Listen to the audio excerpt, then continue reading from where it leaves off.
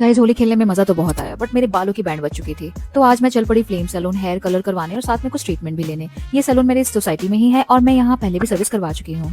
तो सबसे पहले ज्योति मैम और स्टाइलिश ने मेरे हेयर टेक्सचर और कंडीशंस चेक किए और हमें ऐसा कलर चूज करना था जिससे और हेयर डैमेज ना हो। आप देख सकते हो मेरे हेयर कितने लाइफलेस और बेजान हो गए थे यार, फ्रिजी हो चुके थे, ऊपर से गोल्डन नीचे से पिंक। तो मुझे एक प्लेक्स ट्रीटमेंट भी चाहिए था और एक्साइटमेंट में मेरे स्टाइलिश ने मुझे फेसबुक में लाइव कर दिया था। Can you imagine?